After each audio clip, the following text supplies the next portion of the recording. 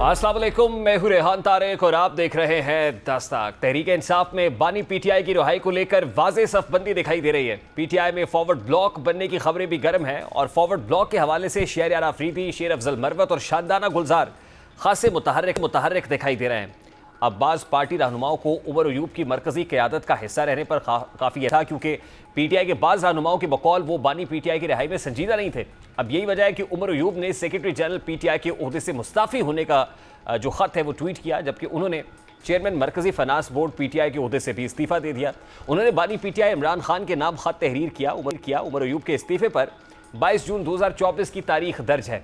अब उमर अयूब के इस्तीफ़े पर शेर अफजल मरवत ने खैर मकदम किया और साथ ये भी मुतालबा किया कि शिबली फराज को भी अपने ओहदे से मुस्ताफ़ी हो जाना चाहिए ताकि पार्टी को माफिया के चुंगल से आज़ाद किया जा सके।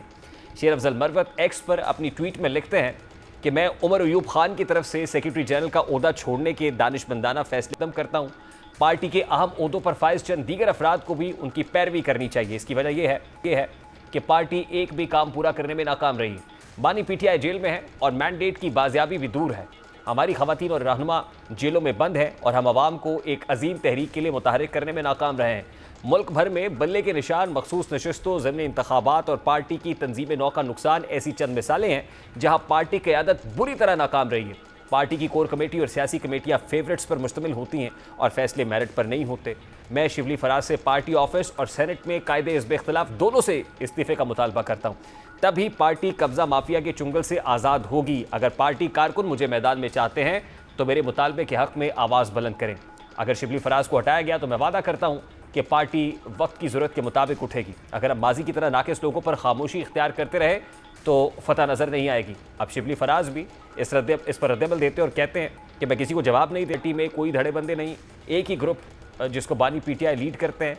अब शिबली फराज से सिर्फ शेर अफजल मरवत साहब को मसला नहीं है, बल्कि इससे कबल फवाद चौधरी ने भी शिबली फराज पर तनकीद की थी। अब रऊफ़ हसन फवाद चौधरी पर तनकीद कर रहे हैं।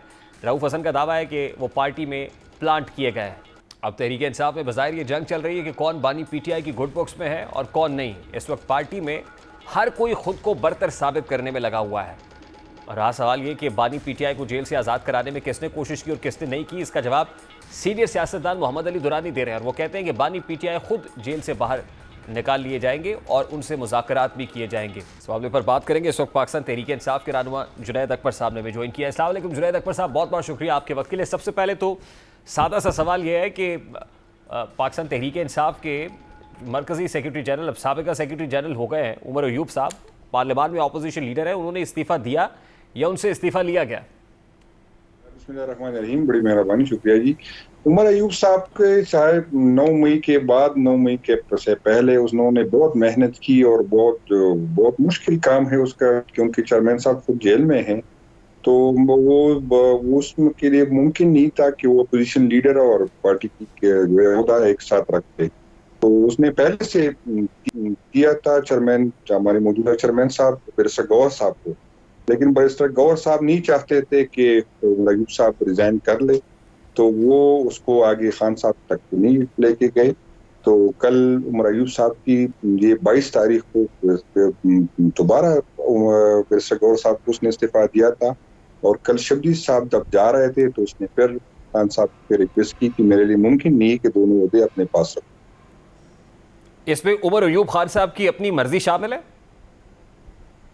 जी बिल्कुल, उसकी अपनी मर्जी से, बल्कि आज हमारे एमएनएस ने करारदाद पास किया कि उमर अयूब साहब का इस्तीफा कबूल न किया जाए। और उमर अयूब साहब ने जो मेहनत की है तो हम सारे एमएनएस और सारे वर्कर उससे मुतमईन हैं। जो जब हम पे हमारे घरों पे चापे थे, जब हम जेल में थे, जब हम रोपोश थे, तो उस टाइम उमर अयूब साहब ने हर वर्कर के साथ, हर लीडर के साथ जाती तौर पे राबिता किया, उसके फैमिली से राबिता किया, जो है हमारे हर मुश्किल में हमारा साथ दिया। तो सबकी मुत्तफिका ये राय थी मैंने साहिबान की कि उमर अयूब साहब जो है अपना इस्तीफा वापस ले ले। तो क्या ये खबर भी दुरुस्त है जुनैद अकबर साहब के शिबली फराज साहब भी पार्टी ओहदे से मुस्ताफी होना चाहते थे, लेकिन जैसे आप कह रहे हैं कि एमएनएस ने करारदाद पेश की तो एमएनएस ने उनको रोका कि वो पार्टी ओहदे से इस्तीफा ना दें। क्या शिबली फराज साहब भी यही चाहते हैं?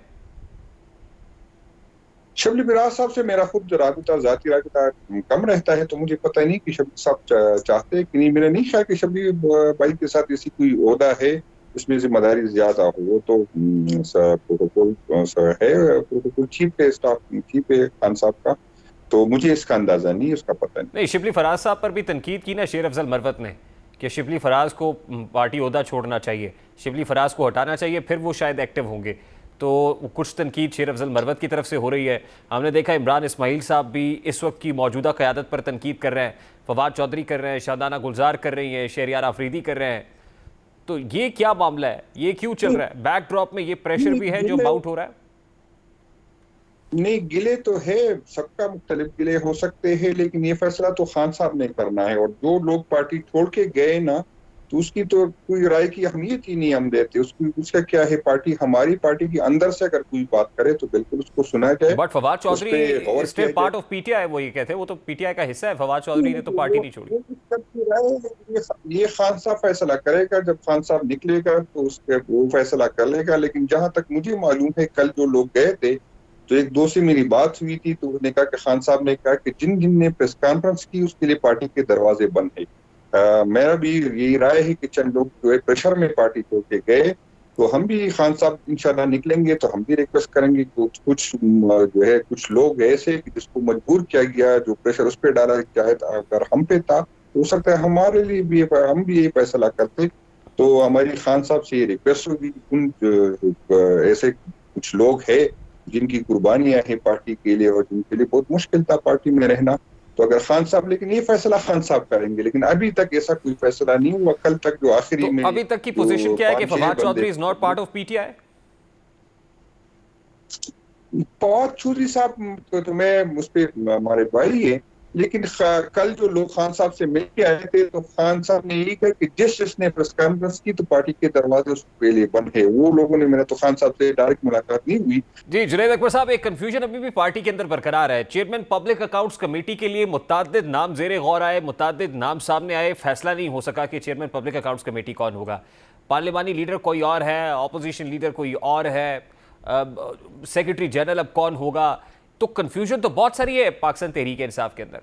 नहीं, ये तो कल मेरा ख्याल है कल जो लोग गए थे, तो खान साहब ने सिर्फ वो भी पब्लिक अकाउंट कमेटी का भी फाइनल किया है, और जो हमें 9 कमेटियां मिली थी तो उसको भी खान साहब ने कल फाइनल किया। तो मेरा नहीं ख्याल कि ऐसी कोई है कंफ्यूजन, तो मेरा नहीं ख्याल कि ऐसी कोई कंफ्यूजन है। अब क्या फाइनलाइज हुआ है सर, क्या फाइनलाइज हुआ है, कौन होगा सेक्रेटरी जनरल जी जी, पब्लिक कल अकाउंट्स फाइनल कमेटी? ये हुआ। वो इस हवाले से क्या नॉमिनेशन है? ये रूटीन की बात है, इस तरह तो ये हमारे रूटीन की बात है। इस तरह इख्तिलाफ रहता है पार्टी में, ये तो कोई नई बात नहीं है। और पीटीआई में जब बंदे को आगे तो इसमें इख्तिलाफ रहता है, तो ये हमारी इस पे न कोई पार्टी पे फर्क पड़ता है, हमारे वोट बैंक पे फर्क पड़ता है, क्योंकि हम जितने एमपीएस एमएनएज खान की वजह से असम्बली में आए हैं, और खान का हाथ जिस पे होगा तो इंशाल्लाह ताला कौम उसके साथ खड़ी होगी। नहीं, मैं ये जानना चाह रहा हूँ कि नॉमिनेशंस क्या है इस वक्त, वो पब्लिक अकाउंट्स कमेटी हो या दीगर ओहदे, इस हवाले से क्या फाइनलाइज हुई है बात? जहां तक मुझे है तो वो शेख वकास साहब का नाम फाइनल हुआ है। तो उसकी अगर दोबारा पार्टी की क्यादत ने उस पर सोचा होगा तो वो मेरे नॉलेज में नहीं है, लेकिन आखिरी टाइम तक शेख वकास साहब का नाम फाइनल था। ज़ाहिर है आपकी जो अपनी पार्टी के लॉयलिस्ट हैं वो तो शेख वकास अकरम को भी पैराशूटर ही समझते होंगे ना कि वो बाहर से आए हैं, और शेख वकास अकरम पर भी कुछ रिजर्वेशंस लोग शो कर रहे हैं। तो क्या इस नाम में भी कोई तब्दीली आ सकती है? आप समझते हैं कि सेम पेज पे है क्यादत? नहीं, वो खान साहब जो भी फैसला करेगा इंशाल्लाह सबको काबिल कबूल रहेगा। इस तरह नहीं है, वो खान साहब ने अगर उस पर एतमाद किया तो हमारा उस पर एतमाद है, और पार्टी के हर महीने पे उसको एतमाद होना चाहिए। यहाँ पर है कुछ छोटी छोटी इशू है, कुछ लोगों का ये ख्याल है कि जो लोग खान से मिलने जाते हैं तो फैसले उसके हक में होता है। तो ये एक बात है जो हमारे अक्सर एमएनएस में पाई जाती है। बाकी जो खान फाइनल करेगा इंशाल्लाह सब हम उस पर लब देखेंगे। अभी तो आप मखसूस नशिस्तें हासिल करने की जंग लड़ रहे हैं, लेकिन जो ऑलरेडी असम्बली के अंदर लोग मौजूद हैं वो मुस्ताफ़ी होने का इदिया दे रहे हैं। तो अगर वो लोग मुस्ताफ़ी होते हैं, कोई फॉरवर्ड ब्लॉक बनता है, तो कितना बड़ा डेंट होगा पीटीआई के लिए?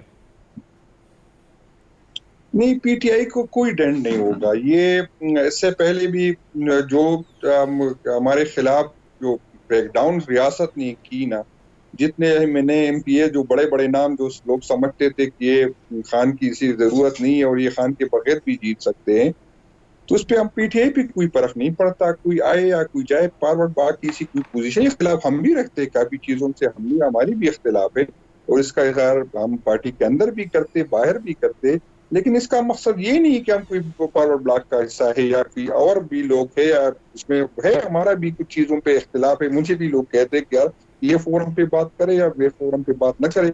तो फोरम पे बात यार कौन सा फोरम है आपने इस्तेमाल करना है। बाकी पार्टी में ऐसी कोई ऐसी इख्तिलाफ नहीं है कि हम खान के खिलाफ जा रहे हैं या पार्टी के खिलाफ जा रहे हैं। इंशाल्लाह ताला हम एक साथ है और हुकूमत को, रियासत को, अपोजिशन को इंशाल्लाह ताला सब इकट्ठे होके इंशाल्लाह मुकाबला। तो क्या ये तासुर दुरुस्त है कि कुछ लोग अपनी लीडरी बचाने के लिए खान साहब को रिहा होता नहीं देखना चाहते?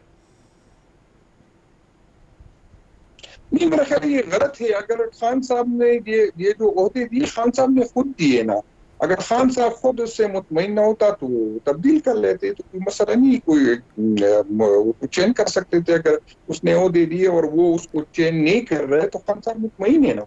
जब खान साहब मुतमईन है तो मैं और कोई और क्या होता है कि उसको उसके ओहदे को चैलेंज करे या उसके खान साहब के फैसलों को चैलेंज करे। तो खान साहब मुतमईन है और जब खान साहब किसी से मुतमईन है तो हम सबको मुतमईन होना चाहिए। Lastly and very quickly Junaid Akbar साहब, खान साहब ज़्यादा मुतमईन लगता ही है कि अपनी सोशल मीडिया टीम से है, और एक तासुर ये भी है कि सोशल मीडिया टीम जो फैसले करती है और ख़ासतौर पे अमेरिका में बैठे हुए लोग जो फैसले करते हैं, उन फैसलों की झलक यहाँ मकामी फैसलों पे दिखाई देती है। नहीं, असल में सोशल मीडिया टीम की बहुत बड़ी कंट्रीब्यूशन है। अगर सोशल मीडिया टीम की वजह से तो ये हम इलेक्शन जीत के आए, उन्होंने लोगों को समझाया, हमारे निशान दिखाए, हमारी साथ जो जुल्म हुआ था इन लोगों की वजह से, तो वो एक नजर से देखते हैं, जो ग्राउंड पे है वो दूसरे नजर से देखते हैं। तो ये नहीं है कि वो अलग है और जो ग्राउंड पे है वो अलग है। सारे पार्टी के लिए खिदमत कर रहे हैं, वो एक तरीका से कर रहे, जो ग्राउंड पे वो दूसरे तरीके से कर रहे।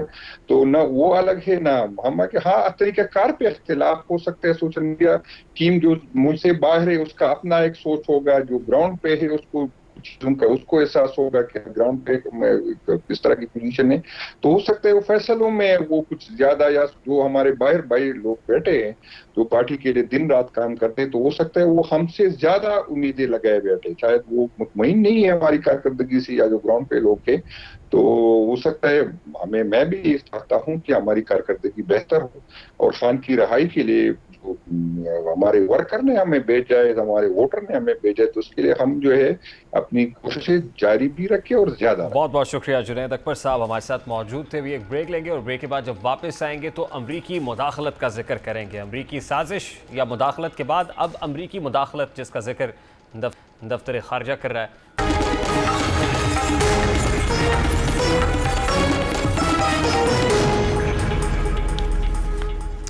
ऐसा महसूस हो रहा है कि पाकिस्तान तहरीक इंसाफ रेड लाइन अबूर करके अब काफ़ी आगे निकल चुकी है। पीटीआई का रियासत मुखालिफ बयानिया सर चढ़कर बोल रहा है।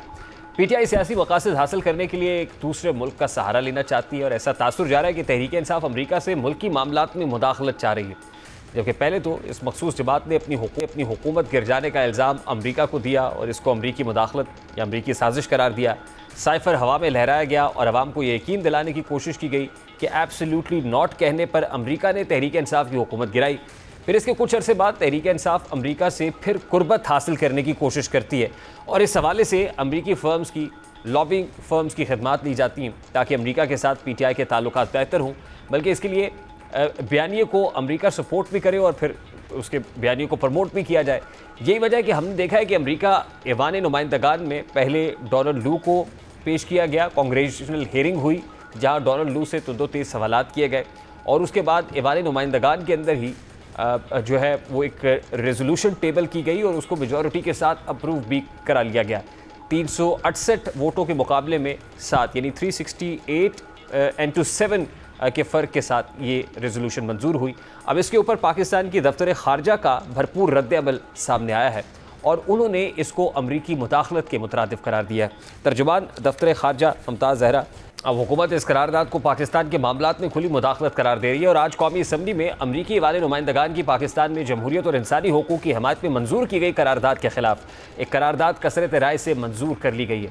डिप्टी स्पीकर कौमी असम्बली सईद गुलाम मुस्तफ़ा शाह की ज़ेर सदारत इजलास में रुकन कौमी असम्बली शाइस्ता परवेज़ मलिक ने अमरीकी ऐवान नुमाइंदगान की करारदाद के खिलाफ करारदाद पेश की गई तो कसरत राय से इसको मंजूर किया गया। क्या मनाजिर देखने को मिले, ज़रा वो भी आपके सामने रखता है। हमारे मुल्क के अंदरूनी मामलात में जिस तरह की मुदाखलत है वो गैर मुनासिब है और ये किसी सूरत भी आलमी ताकतों को ज़ेब नहीं देती कि भी वो किसी भी मुल्क के अंदरूनी मामलात में दखल अंदाजी करें। All those in favor may say aye. All those against may say no. I think the ayes have it and consequently the resolution is adopted. अब इस करारदाद के पेश करने और मंजूर होने के सारे मामले को पाकिस्तान तहरीक-ए-इंसाफ कैसे देख रही है? वो रिस्पॉन्ड करते हैं कि इसको अमरीकी मुदाखलत नहीं कहा जा सकता है। बैरिस्टर गौहर हो या उमर अयूब हो, बाइस ताज्जुब बात है कि पहले तहरीक-ए-इंसाफ अमरीकी साइफर को मुदाखलत या साजिश करार देती थी। आज वो करारदाद जो अमरीकी ऐवान नुमाइंदगान में पेश कराने के बाद मंजूर कर ली गई, उसको वो कहते हैं कि ये कोई मुदाखलत नहीं है। इस सारे मामले पर बात करेंगे। इस वक्त सीनियर तजियाकार माहिर बैन अल-अक़वामी उमूर खान फारूक अली साहब ने भी ज्वाइन किया है। अस्सलाम वालेकुम खान फारूक साहब, बहुत बहुत शुक्रिया आपके वक्त के लिए।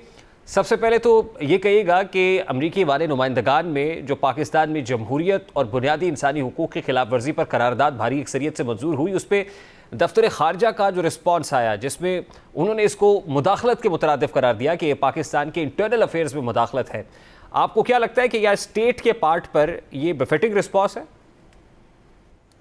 बेफिटिंग रिस्पांस तो बिल्कुल डेफिनेटली है कि इंटरनेशनल जुरिस्डिक्शन को आइडेंटिफाई करना हमारी ही जिम्मेदारी है, जिसके ऊपर कोई थर्ड पार्टी जो है वो कोई करारदाद पेश करे और मंजूर हो जाए। मगर याद रखिएगा कि अमेरिका में इस वक्त जो है इलेक्शन की जो गहमा गहमी है और जो सारी यहाँ जंग चल रही है सड़कों से लेकर के ऐवान तक, उसके अंदर ये लॉबियस्ट फैक्टर जो है वो बहुत बड़े तादाद में पाकिस्तानी नज़ाद अपने तमाम वोटर्स को अपनी तरफ करने के लिए भी एक एंगल से वो इस 386-7 के मुताबिक उन्होंने ये करारदाद पेश की है। अलबत्ता करारदाद के अल्फाज में पहला नुक्ता ये है कि पाकिस्तान अमेरिका का निहायत अहम और ज़बरदस्त एक दोस्त मुल्क है। उसके बाद उसमें अंदर मशवरे के तौर पर जो बातें की गई हैं वो तमाम वही बातें हैं जो हम पहले भी सुनते आए हैं। अलबत्ता फॉरेन ऑफिस का जो बेफिटिंग रिस्पांस बिल्कुल है अपनी सॉवरेनिटी के हवाले से भी, मगर यहाँ पर बहुत ज़्यादा एहतियात से चलने की ज़रूरत है, क्योंकि यहाँ पर समझाने की ज़रूरत है कि मुदाखलत के मामले में तो इमरान खान साहब ने कहा था कि अमेरिका ने मेरी हुकूमत हटवाई है, तो वो मुदाखलत को सामने रखते हुए इस मुदाखलत के बारे में अगर हम देखेंगे तो बात बड़ी क्लियर हो जाएगी कि यहाँ तजाद है, कॉन्ट्रडिक्शन है। मगर याद रखिएगा सबके लिए ये बड़ी इंपॉर्टेंट बात है कि जो नॉन बाइंडिंग रेजोल्यूशंस होती हैं उसमें दोनों पार्टीज के ऊपर कोई बाइंडिंग नहीं है, ना इनके ऊपर कोई ताकत है कि वो पाकिस्तान से कह सके ऐसे करवा सके, और न ही पाकिस्तान के ऊपर डायरेक्ट कोई ऑब्लिगेशन है कि वो इनकी किसी भी बात को इस तरह सुन सके। हाँ, अलबत्ता एक जमहूरी मुल्क होने के लिहाज से इंसानों के हकूक का, स्पीच का, इन तमाम चीज़ों का ख्याल रखना हमारी जिम्मेदारी है। अलबत्ता इस रेजोल्यूशन का जो प्रूफ रीडिंग है या जो उसका स्पेल चेक है जो किया गया है वो अलवी साहब का किया जाए, लगता है कि उन्होंने सबसे पहले ट्वीट करके इसको खैर मकदम किया और उनके अपने ही कुछ लोगों ने उनसे कहा कि आप पाकिस्तान में अब मुदाखलत को जायज समझ रहे हैं। तो आपके सामने ये समझ लाइए कि यहाँ पर क्या देखा जा रहा है। पाकिस्तानी कम्युनिटी डायस्पोरा जो है, ओवरसीज पाकिस्तानीज भी इस चीज को देख रहे हैं। मगर जो फारूक साहब, ये सवाल तो बनता है ना कि उस वक्त अगर इमरान खान की हुकूमत मुदाखलत या साजिश पे गई और ये अमरीकी मुदाखलत या साजिश थी, तो आज क्या ग्राउंड रियलिटीज तब्दील हो गई हैं कि हुकूमत वक्त को मुदाखलत, अमरीकी मुदाखलत नज़र आ रही है कि अमेरिका में कांग्रेस में जो करारदाद मंजूर हो रही है वो पीटीआई को फेवर कर रही है, इमरान खान को फेवर कर रही है, और यहाँ हुकूमत को मुदाखलत दिखाई देने लगी है। तो ऐसा क्या तब्दील हुआ है? क्या हकायक, ज़मीनी हकायक तब्दील हो गए? मेरा जहाँ तक ख्याल है कि ज़मीनी हकायक तो डेफिनेटली तब्दील हो गए, क्योंकि 25 तारीख को ये रेजोल्यूशन पेश हुई सर, और ये नोट करने की बात है कि 26 तारीख को अमेरिका ने पाकिस्तान के अज़्म इस्तेहकाम का जो ऑपरेशन है उसकी तारीफ की। तो अब आप देख लीजिए कि ग्राउंड रियलिटी क्या है। ये बेसिकली फॉर्मेलिटी के तौर पर ये बातें की जा रही हैं, कोई ऑब्लिगेशन इसके ऊपर से कोई पैदा नहीं होती। और ये जो तजाद जो आपने दोबारा इसको हाईलाइट किया, यही वो मुनाफिकत की दलील है जिसको हमारे लोग नहीं समझ पाते और वो ये समझ रहे हैं कि इवेंचुअली उनको कोई फायदा होगा। कोई फायदा नहीं होगा। पाकिस्तान का नुकसान ही सबका नुकसान है और ये आलमी लेवल पर जाएगी ये बात अगर पाकिस्तान को कोई इसी किस्म का किसी किस्म की एम्बैरेसमेंट होती है। मगर एक मैं और एक एलिमेंट ऐड कर दूं जल्दी से कि सर यहाँ पर अमेरिका के अंदर डिसीजन मेकिंग के अंदर डेटा इस्तेमाल किया जा रहा है जिसके तमाम जावियों पर इंडियन एजुकेटेड तबका बैठा हुआ है। तो आप अंदाजा लगा लीजिए कि वो डेटा और जो कवायद दिए जा रहे हैं जिनकी बुनियाद पर ये रेजोल्यूशंस के अंदर से रिपोर्ट्स आ रही हैं जिनको हम एटमॉस्फेरिक्स कहते हैं, उनके पीछे कौन लोग हैं।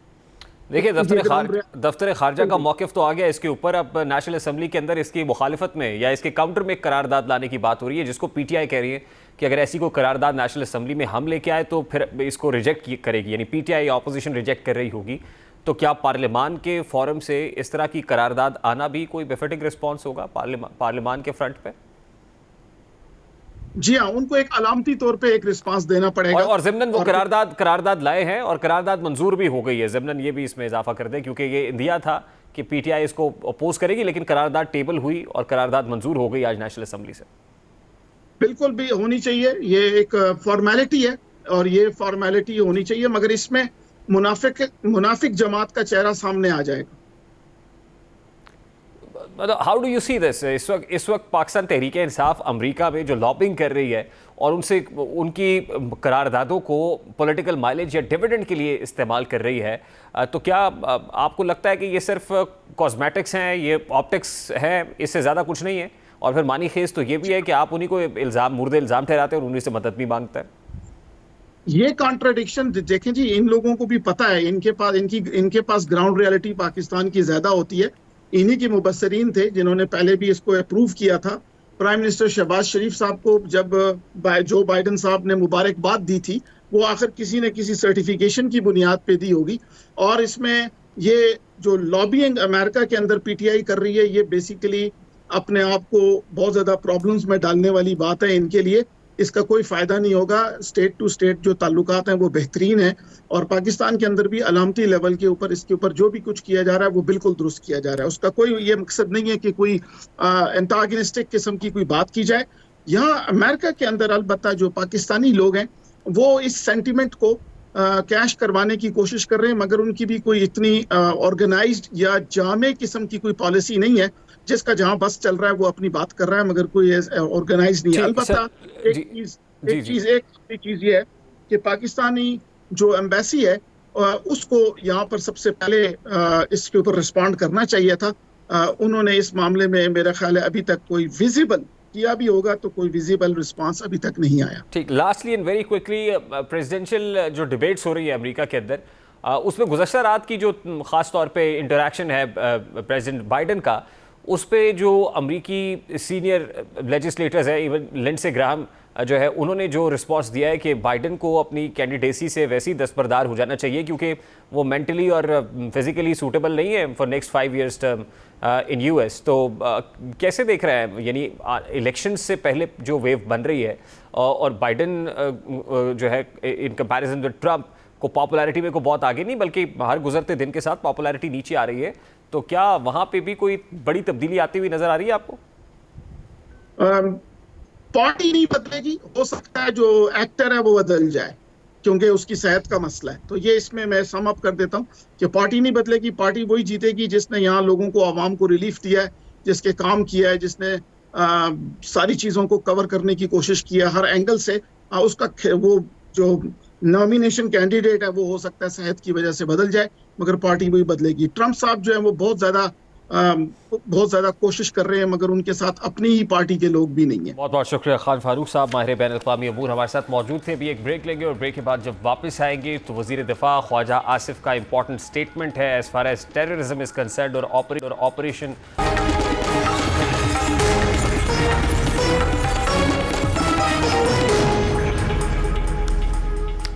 अमरीकी फ़ौज के अफगानिस्तान से इनखला के बाद जब अफगान तालिबान की हुकूमत कायम हुई तो पाकिस्तान को ये यकीन दहानी कराई गई कि अफगानिस्तान के ज़रिए पाकिस्तान में दहशतगर्दी नहीं होगी, अफगान सरजमीन कभी भी पाकिस्तान के खिलाफ इस्तेमाल नहीं होगी। लेकिन सब दावे धरे के धरे रह गए।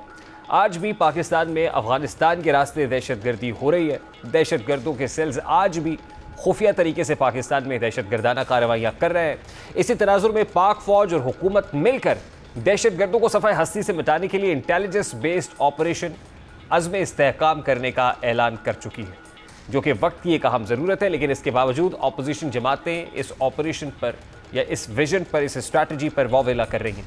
मौलाना फजलुर रहमान साहब को ऑपरेशन की भरपूर मुखालिफत कर रहे हैं। कल फाटा में मौलाना साहब की सरपरस्ती में होने वाले कबायली जरगे ने ऑपरेशन विजन अज़्म इस्तेहकाम को अदम इस्तेहकाम करार दे दिया। लेकिन मौलाना साहब साथ ये भी फरमा रहे हैं कि ऐसा महसूस हो रहा है कि अगले 2-4 माह के अंदर डेरा इस्माइल खान, लकी मरवत, शिमाली और जनूबी वज़ीरिस्तान में अमारत इस्लामिया की हुकूमत कायम हो जाएगी।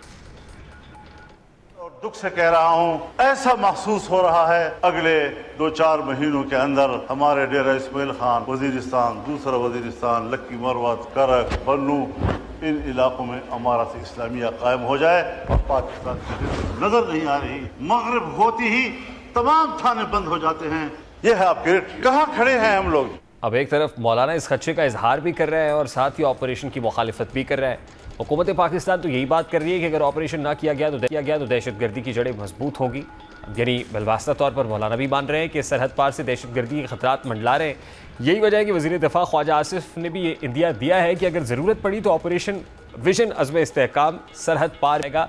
हुकूमत बार बार कह रही है कि वो अपोजिशन जमातों को ऑपरेशन के खदोखाल बताने को तैयार है, लेकिन मुखालिफत इतनी हो चुकी है कि ऑपरेशन से मुताल्लिक मुकम्मल मालूमात जाने बगैर अपोजिशन जमातों की जानिब से एक हंगामा सबब आया है। हमें यह समझने की ज़रूरत है कि ये कौमी सलामती का मामला है जिस पर किसी किस्म का समझौता नहीं हो सकता। कम अज़ कम तमाम सियासी क़यादत को इस अहम मामले पर एक पेज पे आना ही पड़ेगा, जल्द या बदेर।